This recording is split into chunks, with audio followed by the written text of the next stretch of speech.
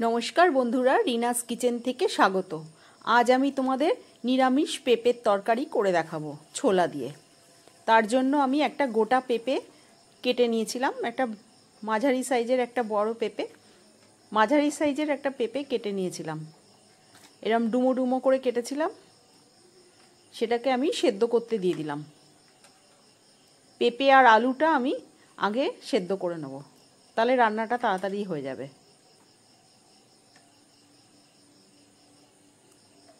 এটা নুন দিয়ে আমি সেদ্ধ করেছিলাম, কিন্তু ওটা দেখানো হয়নি নুন দেওয়াটা।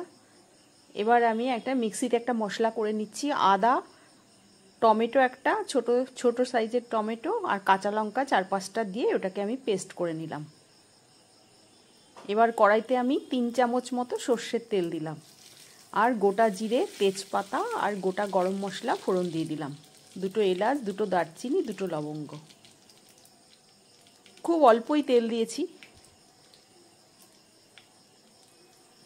তেলটা একটু ভালো করে ভাজা হয়ে গেলে এবার আমি পেঁপে আলুটা যে সেদ্ধ করে রেখেছিলাম সেটা দিয়ে দিলাম।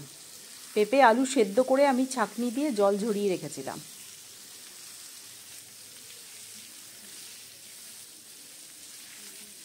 এটাকে কিছুক্ষণ একটু ভাজা করে নেব। এবার আমি মশলাগুলো দিয়ে দিচ্ছি। জিরের গুঁড়ো দিলাম, ধনের গুঁড়ো দিলাম, 1/2 চামচ করে দিয়েছি আমি। কাশ্মীরি লঙ্কার গুঁড়ো দিলাম, আর একটু এমনি শুকনো লঙ্কার গুঁড়ো দিলাম, আর হলুদ দিলাম, আর নুন দেব।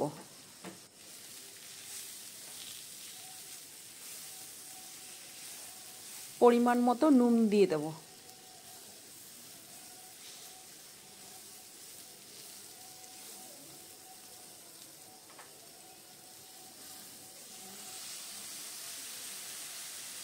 এবার আদা, টমেটো, কাঁচা লঙ্কাটা বেটে রেখেছিলাম সেটা দিয়ে দিলাম।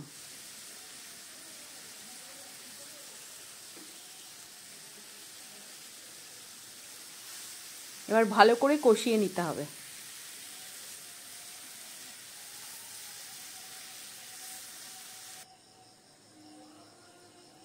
এবার আমি 1 চামচ চিনি দিলাম। আর আমি ছোলা সেদ্ধ করে রেখে দিয়েছিলাম, ওটা তোমাদের দেখাইনি। পেঁপের তরকারিতে ছোলা দিলে ভালো লাগে খেতে, তার জন্য আমি কিছুটা ছোলা ভিজিয়ে রেখে হোল নাইট ভিজিয়ে রেখেছিলাম। এবার সেটা আমি কুকারে সেদ্ধ করে নিয়েছিলাম, সেই সেদ্ধ ছোলাটাই দিয়ে দিলাম। এবার আমি নারকেল কোড়া দিয়ে দিলাম। এটা ডেসিকেটেড কোকোনাট। তোমাদের কাছে যদি টাটকা নারকেল কোড়া থাকে তোমরা সেটা দিতে পারো। আমার কাছে যেহেতু নেই, আমি সেহেতু ওই ডেসিকেটেড কোকোনাটটা দিলাম। এটা শুকনো নারকেল। এবার আমি গরম জল করে নিয়েছিলাম কিছুটা, সেই গরম জলটা এর মধ্যে ঢেলে দিলাম।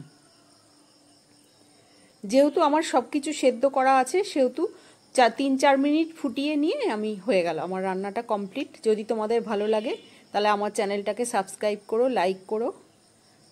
আমি 1 চামচ ঘি দিলাম, গরম মশলা দিয়ে দিলাম।